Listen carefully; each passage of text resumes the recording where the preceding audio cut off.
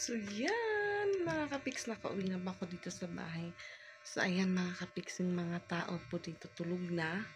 So, ako naman po, ayan, yan po yung nakababad kong labahan.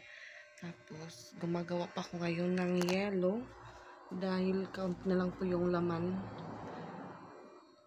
Kaunti na lang po yung nasa ref. Tapos, yun nga ho, defrost po si Isra dahil matigas yung mga yelo, hindi niya po makuha. Kaya ayan mga kapiks, video po muna tayo habang gumagawa pa ako ng yelo. Tapos ko lang pong maghugas naman ng mga hugasan. Mag-alas 10 na pa ako nakauwi mga kapiks. Hindi pa ako nakapagbihis ng damit galing hospital. So yung labahan ko po kaunti lang. Kasi hindi po nalaban yung uniform ni Isra. So sayang po pag yun lang po yung labahan ko, sayang yung powder. Kaya sinabay ko lang po yung iba para bukas ng umaga. Yung gagawin ko lang po banlaw tapos sampay.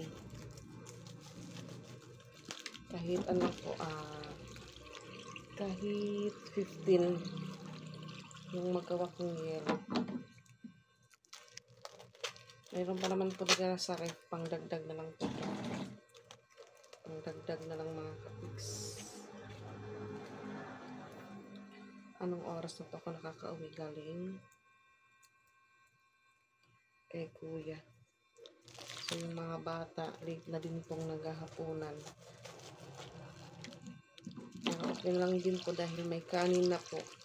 Yung kulang na lang ulam.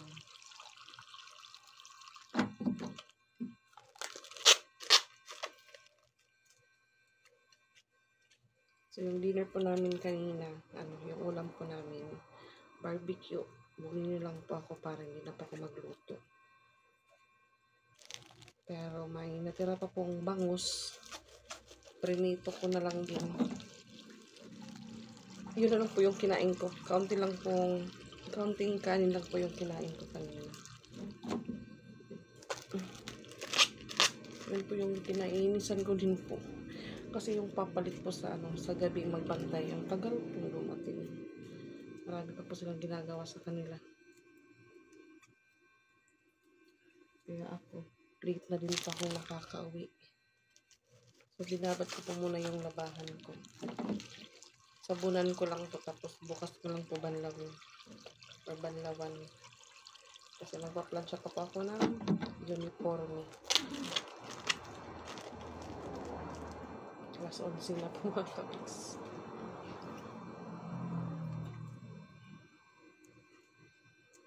Before pa ako mag-start maglaba, bibihis pa ko ng damit.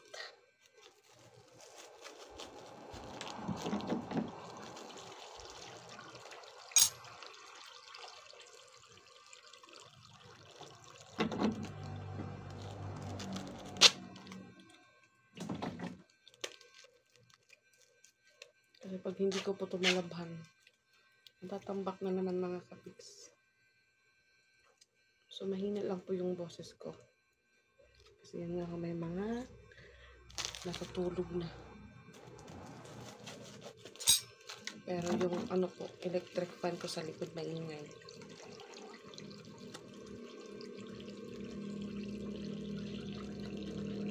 Si Ate Esra, kaakyat lang din po sa taas dahil gumawa pa siya ng assignment. So, si Patpat na pong natulog.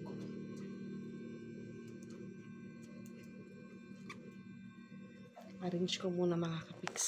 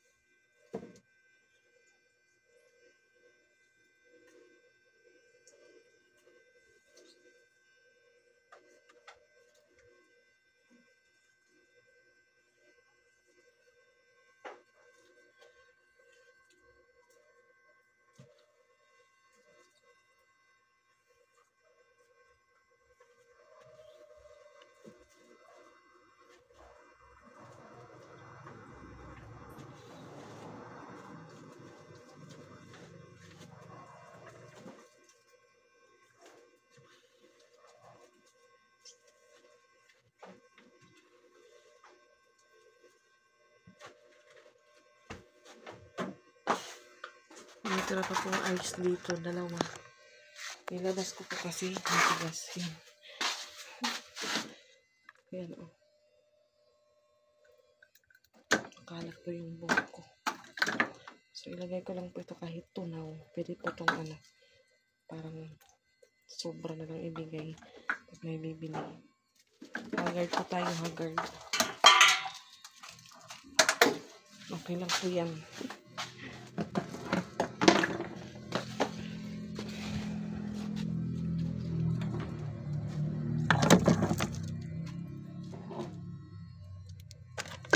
So, ito po yung laman ng ref mga kapiks. Yan po yung nasa taas. Yung mga natirang yelo, tumutulo pa po dahil yung iba natanggal na po yung cover ng ano, yung plastic. Ayun yung ginawa ko mga kapiks. Yan naman po yung stock ng mga bata, pang ulam-ulam. So yan, nagbihis po muna ako ng damit mga kapiks bago po ako simulang maglaba. So hanggang 12 lang po ako. Dapat po pag 12 AM, tapos na po akong magplansya.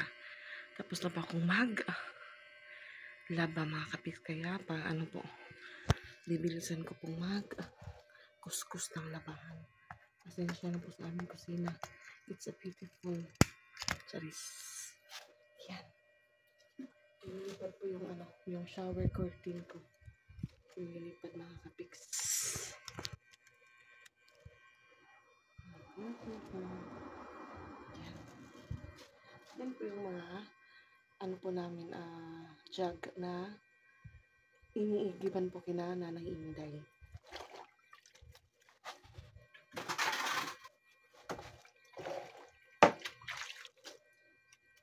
Yung ating taba nakikita.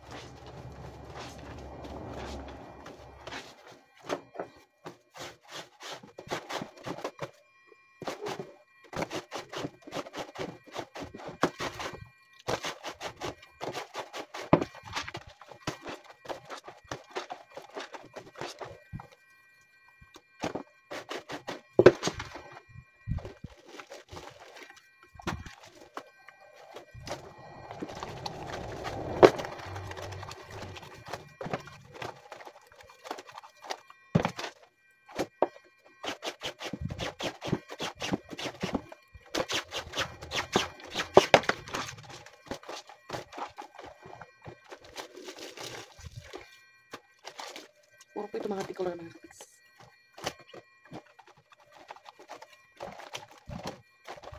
Gising pa po si Ichi.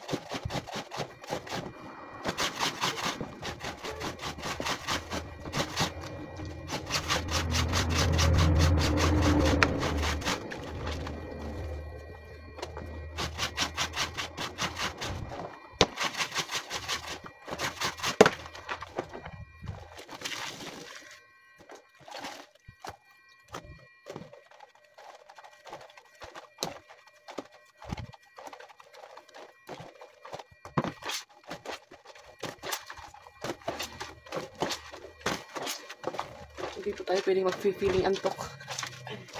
Kasi pag bukas, sa umaga, hindi ko na po ito asikaso. Aabot ko ito ng hanggang kailan makalabas si kuya.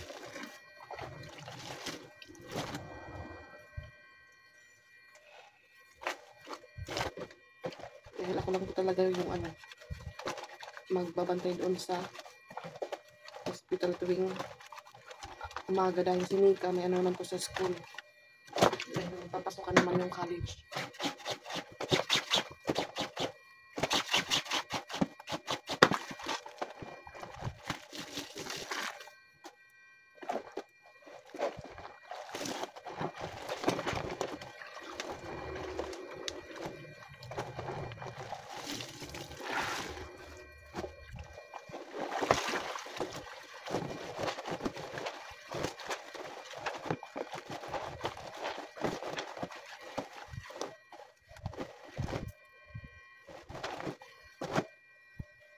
Kinukusok ko nila kung isa.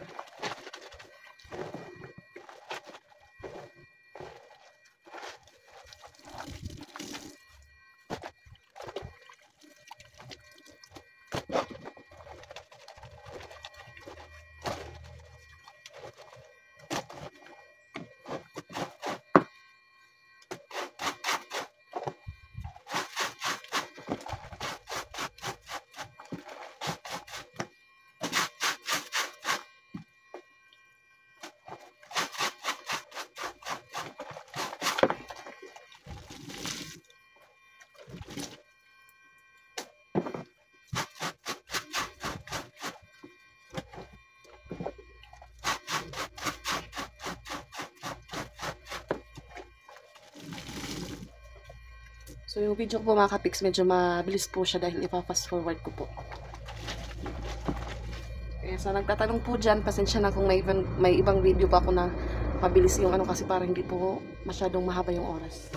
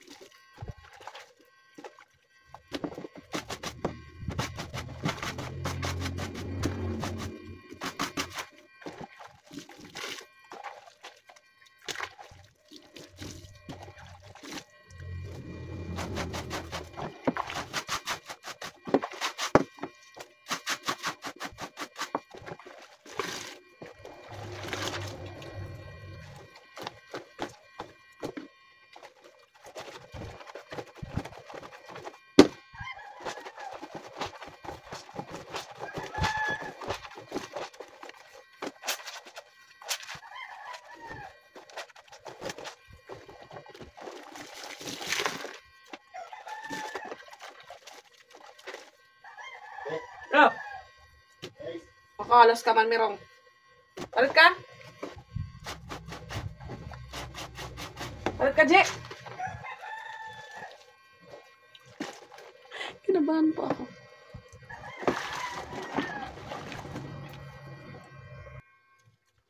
May bisita po si AJ. Bumili ng yelo. Yung mga tunaw po dito, binigay ko na lang.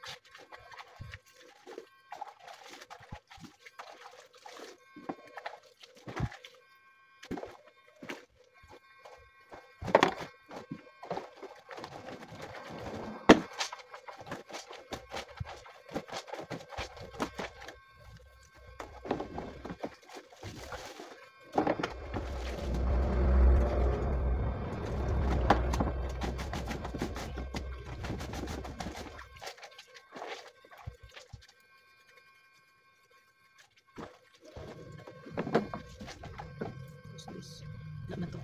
Pa-short naman pa ako magbababat.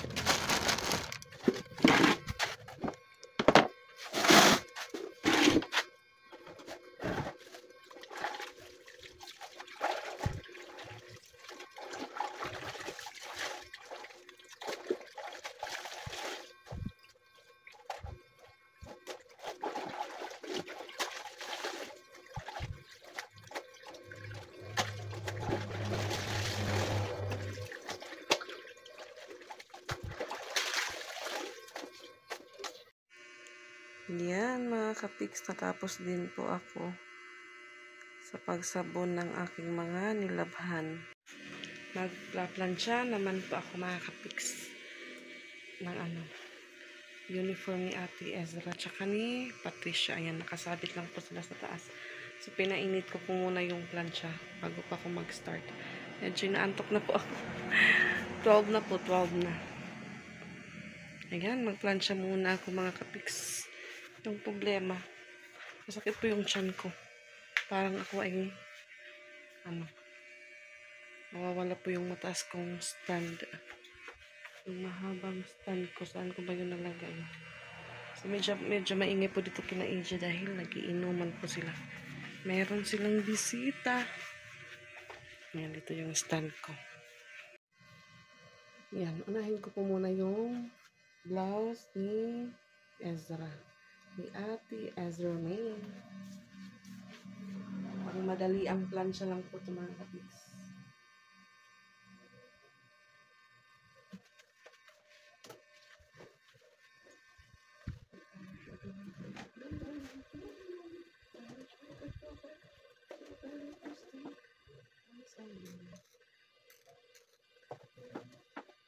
Hindi ko mainit.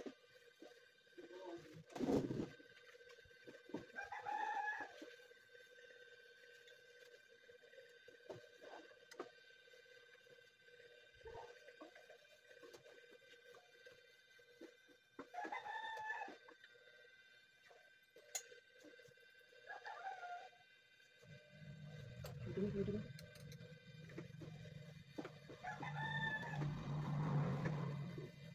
Tumitila na po yung manok.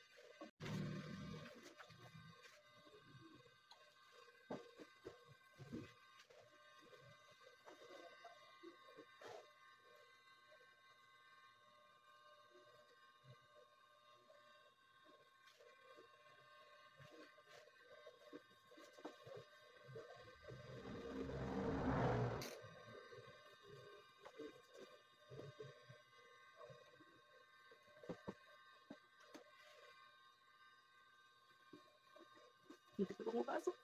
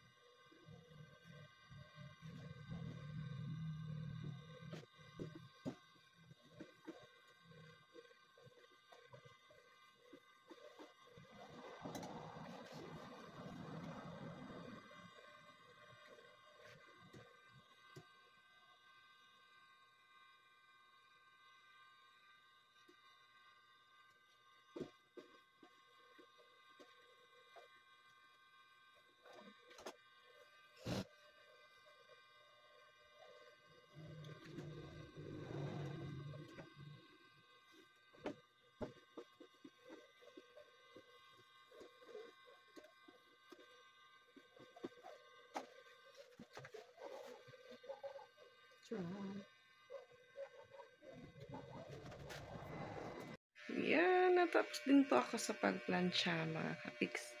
At ang oras ay 12:09 na. 00:09 mga kapiks. So, ayan, more night po sa lahat and good night.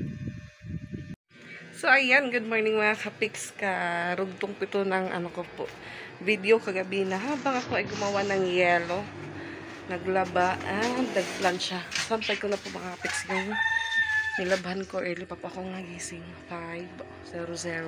Medyo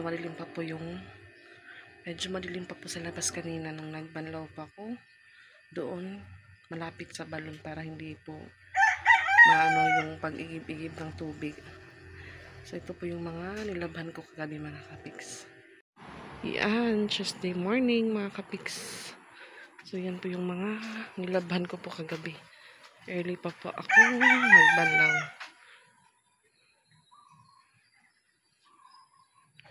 At mainit na po mga kapiks. Alas 6 na. So yung mga bata po nag-aalmusal na sa loob. Ayan po yung kanilang ulam, hotdog, then yung pritong bangus. So ready na din po yung baon ni Patpat. Hotdog, 5 hotdog. Ang diba, suralapat, utan. Gamasuran utan. Yan si Ate Ezra. Chuan.